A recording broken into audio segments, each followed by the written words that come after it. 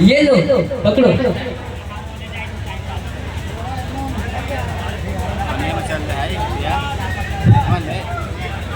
अरे अरे कोई मेरी और भी गेंद फेंको ना।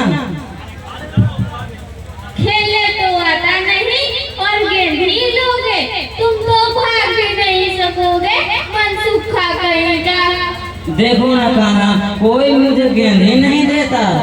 मैं तुम्हें गेंद दूंगा, परंतु तुम उसे रोक लेना मनसूखा।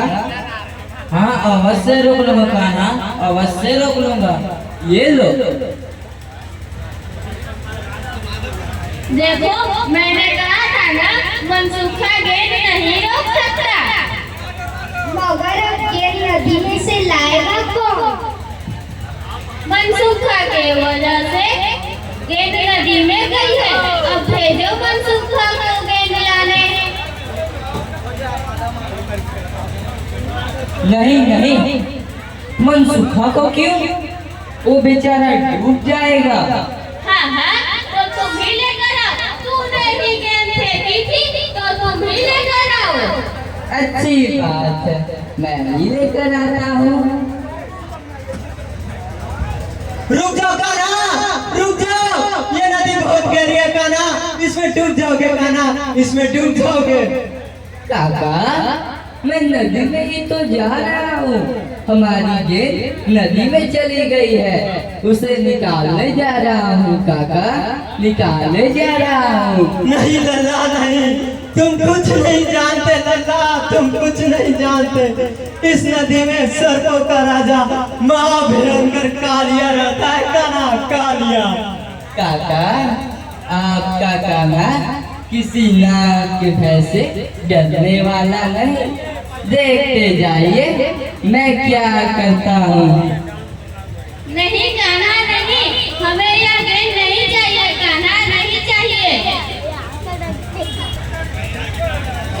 अरे मूर्ख बालक, तू यहाँ तक कैसे चला गया? मेरी गेंद यहाँ गिर गई है, उसे लेने आया हूँ। गेंद? कैसी गेंद? इतनी छोटी सी गेंद। इतनी छोटी सी गेंद तो क्या, यहाँ हाथी भी गिर जाए तो महाराज कालिया के विष से जलकर भस्म हो जाता है। ना जाने तू अभी तक कैसे बचा है, जा वापस चले जा। अगर खाली हाथ वापस जाऊंगा तो मेरे मित्र मुझ पर क्रोध करे।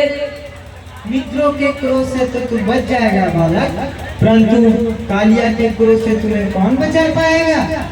आप तो अपने पति के क्रोध से हमें बचा लोगी न मैया।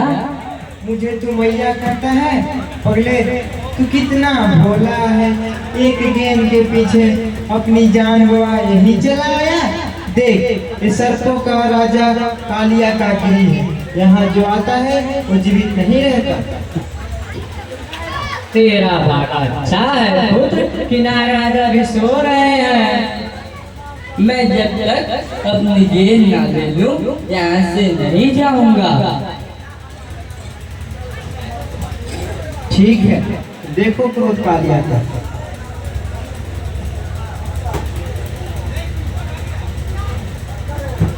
कौन है जो मेरे विश्राम में भंग डाला है? कौन है? ये जीवित यहाँ तक कैसे आ गया? इसे यहाँ तक कौन लाया?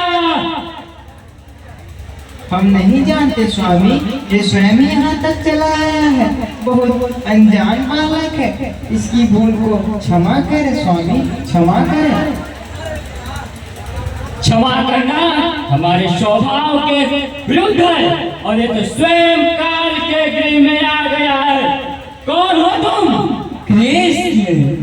कौन कृष्ण? वह कृष्ण जो काल का भी काल है, वह कृष्ण जो तुम जैसे दुष्टों का सर्वनाश करने के लिए इस धरती पर अवतरित हुआ है।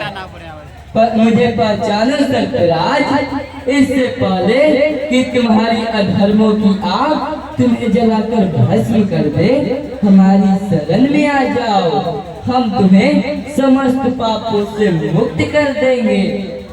हमें दया की भीख मांगने के लिए कह रहे हो? जब इस समय तुम मृत्यु के गृह में खड़े हो तो मेरे दया पर निर्भर हो। देखो मृत्यु कैसे आती है। क्षमा करे स्वामी, क्षमा करे, बहुत अबोध बालक है। मृत्यु इसके समक्ष खड़ी है। वास्तव में मृत्यु तुम्हारे सामने खड़ी है मूर्ख सर, परंतु मैं अभी भी तुम्हें बचा सकता हूँ। तुम्हारी पत्नी सचमुच पतिव्रता है, उसके हृदय में ममता का स्रोत हमने देखा है, इसी के कारण तो हमने उसे मैया भी कहा है, और इसी के कारण अभी तक तुम्हारे प्राण जीवित हैं। देखो मेरी प्यारी यमुना जी को मैं तुम्हारे रक्त से अपवित्र नहीं करना चाहता। इस अवसर का लाभ उठाओ और हमारी शरण में आ जाओ, हम तुम्हें समस्त पापों से मुक्त कर देंगे। बहुत हो गया, अब तेरी अंतिम घड़ी आ गई है।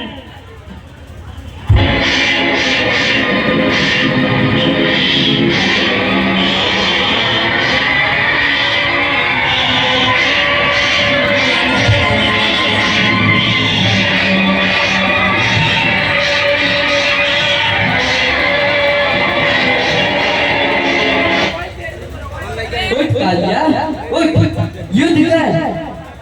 नहीं नहीं उठा जाता, आंखों के आगे अंधकार छा रहा है। क्षमा हे नाथ, क्षमा करे, हमारे पति पर दया करे प्रभु, दया करे।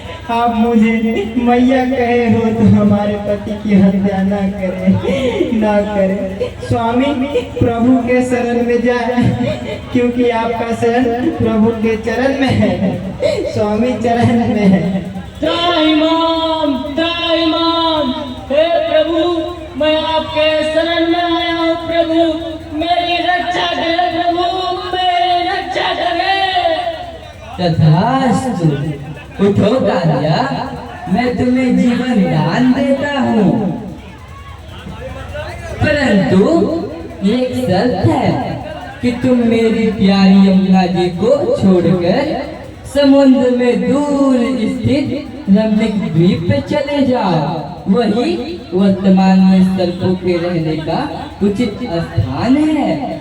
परंतु प्रभु मुझे वहाँ आपका वहाँ गरुड़ मुझे जिंदा नहीं छोड़ेगा। भगवान पहले मैं उसी रमने किए पर अपने प्रजा के साथ रहता था, किंतु गरुड़ राज ने एक बार मुझे प्राण लेने झपटे तो मैं अपने पत्नियों के साथ इसी यमुना कुंड में आ गया। प्रभु इसी यमुना कुंड में आ गया, क्योंकि शौर्य मुनि के श्राप के कारण गरुड़ जी इस यमुना कुंड में नहीं आ सकते। प्रभु नहीं आ सकते। तुम चिंतित ना हो कालिया, गरुड़ तुम्हें अब कोई क्षति नहीं पहुंचाएगा। तुम्हारे फलों पर मेरी चरण धूलि को देखकर वह तुम्हें क्षति पहुंचाने के बजाय तुम्हारे फलों पर स्थित मेरी चरण धूलि को नमस्कार करेगा।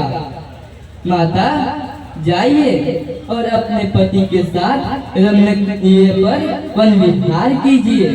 उठो कालिया, अब मुझे बाहर लेकर चलो। इसके आगे का दृश्य हमने झांकी के माध्यम से दिखलाया है।